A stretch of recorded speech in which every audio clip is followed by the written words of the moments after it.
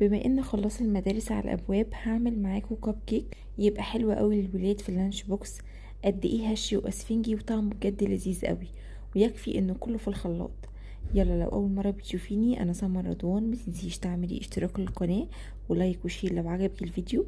يلا نسمي الله ونصلي على الرسول. يلا بينا بسرعه نشوف الجمال ده كله اتعمل ازاي.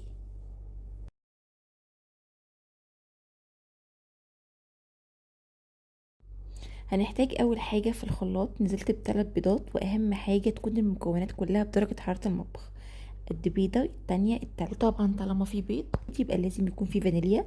نزلت بكيس فانيليا ومعلقه خل وكوبايه سكر. يا ريت يا جماعه السكر يكون ابيض عشان ده بيفرق جدا في ان الكيك في الاخر يطلع لونه فاتح. ضربت كل المكونات دي كويس قوي، حوالي من دقيقتين لتلاتة، لحد ما كل حبيبات السكر تدوب تماما ولون الخليط يبقى فاتح تماما بالشكل ده. انا بعد الوقت ده انا رحت شغلت الفرن. بعد ما ضربت الخليط ده كويس قوي من دقيقتين لتلاتة، وشغلت الفرن بعدها لان انا محتاجة ان الفرن يسخن قبل ما ادخل الكيك ب10 دقايق بس. بعد كده زودت، انا عايزة كوباية الا ربع من المواد الدهنية، انا قسمتها نص كوباية من الزيت، والزيت برضو ضروري يكون فاتح ونوعه نضيف، وربع كوباية من القشطة.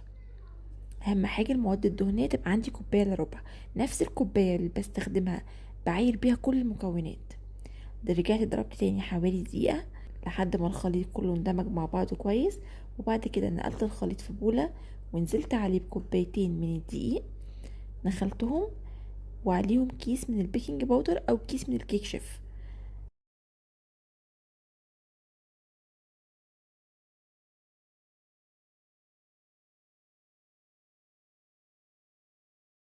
بضرب كله في اتجاه واحد بالشكل ده. شايفين القوام كريمي خطير عامل ازاي؟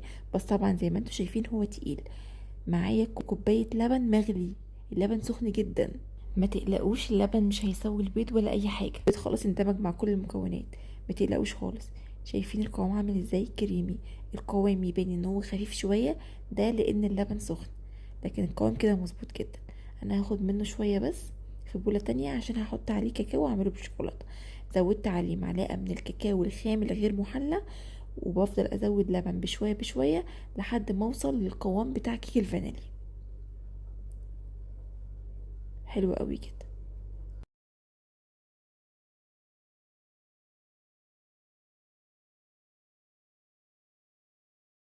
جبت بقى الصينيه بتاعت الكب كيك، بدات احط فيها ورق الكب كيك. حلو قوي كده.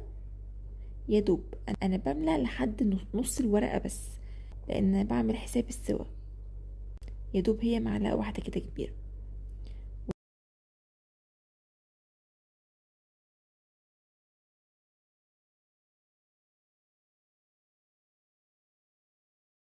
ده كان القوام بتاع الكيك الشوكولاته.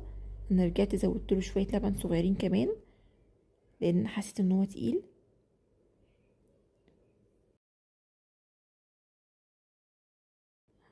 بس خبطت الصينيه كده خبطتين عشان اخرج منها اي هوا زياده موجود فيها. وانا بوريكم برضو فكره تانية. ده قالب الانجليش كيك، بقيت احط فيه شويه الكيك الفانيليا والشوكولاته بشكل كده جنب بعضه عشان هعمل فيه ماربل كيك. ممكن تحطيهم جنب بعض كده. الفانيليا حطيت على الشوكولاته والعكس، والشوكولاته حطيت على الفانيليا. بقى شويه عملتهم كده بالطول بشكل عشوائي.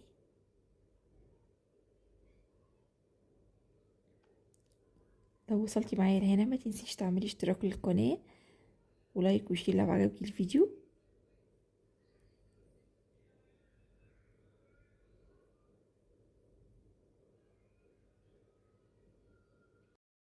هخبط الصينيه خبطتين عشان اخرج منها اي هوا زياده، وكلهم على الفرن على طول. طبعا مشغله الفرن درجة حرارة 170، حاطة الشبكة رف أوسط في النص، درجة الحرارة 170. بعد 25 دقيقة أفتح عليها، أختبرها بعود خشب من النص. لو استوت تمام ممكن أولع لها الشواية آخر دقيقة لو احتاجت. ما احتاجتش خلاص. أنا الكب كيك عندي محتاجش، الماربل كيك هو اللي احتاج، بس شغلت له الشواية ثواني بس. لكن ما بفتحش على الكيك خالص غير بعد 25 دقيقة أول ما أشم ريحته. ريحة الكيك يكون طلع عشان ما يهبطش. بقى معايا بالجمال ده.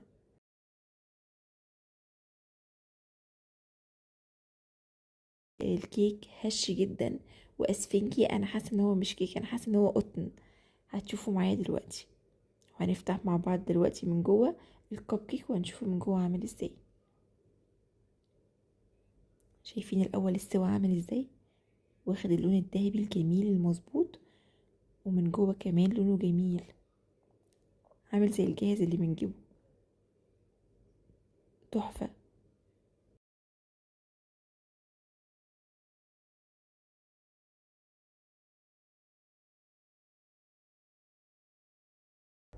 تعالوا بقى نشوف الماربل كمان قد ايه هشه جدا قطنيه، اكيد واضح، والطعم احلى كمان. وبكده نكون وصلنا لنهايه الفيديو بتاعنا النهارده، واتمنى وصفتنا تكون عجبتكم وتشاركوها مع كل اللي بتحبوهم، واشوفكم ان شاء الله في فيديوهات تانية كتير بافكار كتير جديده ان شاء الله تنال اعجابكم. واخيرا ما تنسوش اللايك والشير.